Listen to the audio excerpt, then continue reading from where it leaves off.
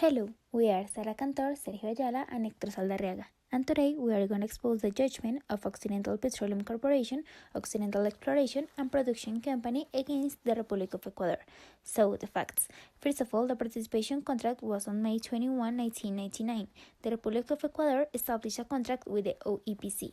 In Block 15, the project consists of explore, develop, and exploit this area.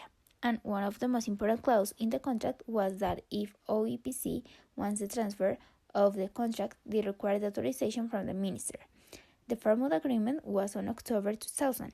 OEPC have to develop a farming operation, was subject to the New York law, and they have two phases. The first was the transaction AEC purchased a 40% so-called economic interest, and the second was a segment of legal title could not occur until and unless two conditions were met. The Fairmont and Ecuador on October 2000 was a meeting with Ecuador Minister of Mines to inform the minister about the Fairmont. OEPC at a later date sent a letter to the minister requesting consent with respect to the transfer of economic interest in favor of AEC, but the minister answered that OEPC shall be the sole company that will continue participating in the current contract with the Ecuadorian state, since it is the owner of 100% of the rights and obligations. The issue of the transfer AEC resurfaced in 2003, but the approval was not granted. The VAT dispute. SRI, Ecuador's tax authority, refunding value-added taxes to all companies. OEPC initiated an arbitration seeking redress for the measure and obtained a $75 million award against Ecuador. On August 3, 2004, after the issuance of the VAT award, Ecuador enacted the VAT interpretative law, clarifying that the regime of VAT was not applicable to petroleum operations. The caducidad proceeding in September 2004, upon request of the Attorney General, the Minister of Energy and Mines instructed Petroecuador to initiate the termination procedure of participation contract. Petroecuador notified OEPC of its alleged not compliance with the participation contract, and this process culminated on May 15, 2006 with the issuance of caducidad decree. Law 42. On April 2006, Ecuador enacted Law 42, which required all companies operate under participation contracts to contribute 15% of their windfall revenues to the state. Extraordinary revenues shall be understood to mean the difference in price described above multiplied by the number of barrels produced. With the facts exposed before, it is important for us to talk about the allegations and the consequent lawsuit established by the claimants, the Occidental Petroleum Company, against Ecuador. The claimants established that Ecuador breached its obligations under the contract, and for that reason they must be found guilty for that.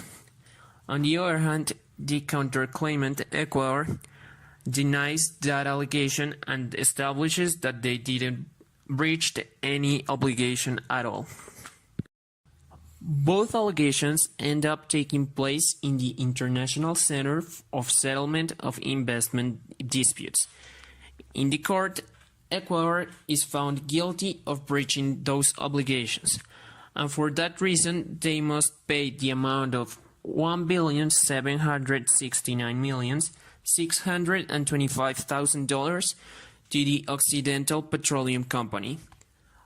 But Ecuador denies that and counterclaims the decision on another award. The court had to analyze the counterclaim made by Ecuador in three different sections. The first one allegedly led that the court didn't have jurisdiction over the dispute, but the committee rejected these grounds and confirmed the tribunal's jurisdiction. On the other hand, the committee analyzed the grounds for partial annulment invoked by Ecuador and found that actually this award must be counterclaimed and must be protected under a treaty. Lastly, the court established the manifest excess of powers that must fulfill the tribunal's award deserves an annulment over those reasons. Decision. for all previously said, and the reasons set forth above, the committee unanimously renders the following decision to finally reach the end of this process, once for all. The committee partially annuls the award on the ground of manifest excess of powers, with the result that the proper compensation owned by the respondent to the claimant should be the amount calculated in para 586 of this decision. The rest of the award remains unaffected due to the recognition of its appropriate fairness, due to the facts presented to the International Center for Settlements of Investment Disputes. Award unaffected because Ecuador did act in breach of the treaty because of failing to accord fair and equitable treatment to the claimant's investment, and also expropriating the claimant's investment in Block 15. All other grounds of respondent's application for annulment are rejected. International Center for Settlement of Investment Disputes found that only the argument of excess of power was right and take measures against it.